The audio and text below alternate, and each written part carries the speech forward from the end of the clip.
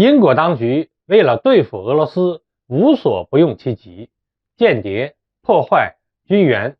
如果再不收手，终极将有可能招致俄罗斯的军事报复。各位网友，大家好，欢迎关注本期中诚 Talk。近日阿根廷国家队夺得了世界杯的消息刷爆了网络，再次引起了全世界对阿根廷这个国家的关注。其中呢，俄罗斯联邦安全会议副主席在祝贺阿方夺冠之际，呼吁英国当局向阿根廷归还马岛，一时激起了千层浪。这番言论迅速发酵，在西方世界引起了不小的轰动。那么梅德韦杰夫为何要再提马岛归属问题呢？据俄罗斯塔新社消息梅德韦杰夫之所以说出这番话，起因是英国首相苏纳克要求俄军撤出乌克兰，这引发了梅德韦杰夫的强烈不满。梅德韦杰夫表示苏纳克的言论过于虚伪，充满了谎言，相当无耻。按照这种说法，英国军队更应该滚出非法占领的马岛，将马岛归还给阿根廷。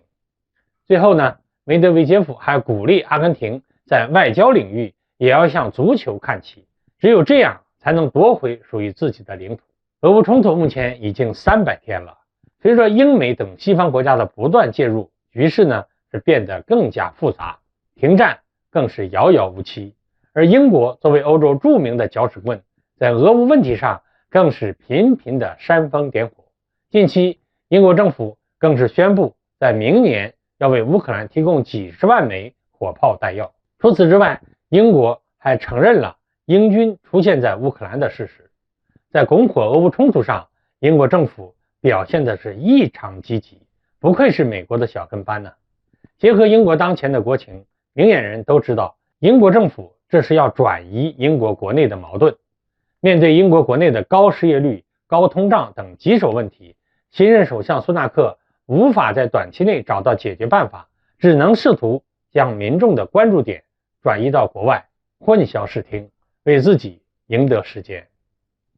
由于英伦三岛孤悬于欧洲大陆之外，中间呢有英吉利海峡相隔，本就相对独立。自从完成了脱欧后英国更是肆无忌惮，在国际政治舞台上呢完全服从于美国，甘愿放下母国身份，做起了美国的小弟。近期呢，有俄罗斯媒体发表文章称克里米亚大桥爆炸事件的策划者就是英国军情六处。该文章还详细讲解了爆炸实施过程中的各种细节，有理有据，令人触目惊心。然而，英国针对俄罗斯的阴谋还远不止这些。据俄罗斯媒体介绍，英国当局还积极收纳乌克兰难民，从中挑选年轻貌美的女性进行间谍培训，让他们游走于俄乌两国之间，套取情报，为乌克兰情报部门卖命。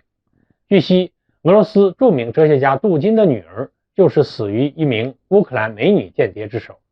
此人现在已经逃到了英国，并接受了整容手术，接受了新的任务。种种迹象表明俄乌冲突似乎已经演变成了英国和俄罗斯之间的较量。面对英国当局的频频挑衅，梅德韦杰夫此前表示，一旦俄罗斯与北约的冲突爆发了，那伦敦将成为俄罗斯导弹最先瞄准打击的目标。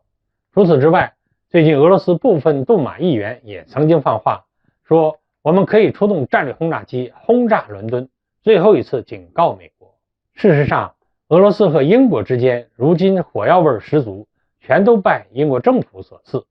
倘若他们将这些精力放在改善国内问题上，何至于闹得满城风雨？苏纳克若不吸取教训，赶紧出台政策，平息当前国内愈演愈烈的罢工潮，那么他很有可能重蹈他的前任特拉斯的覆辙。好，各位网友，今天的话题我们就聊到这儿，欢迎大家留言讨论，我们下期再见。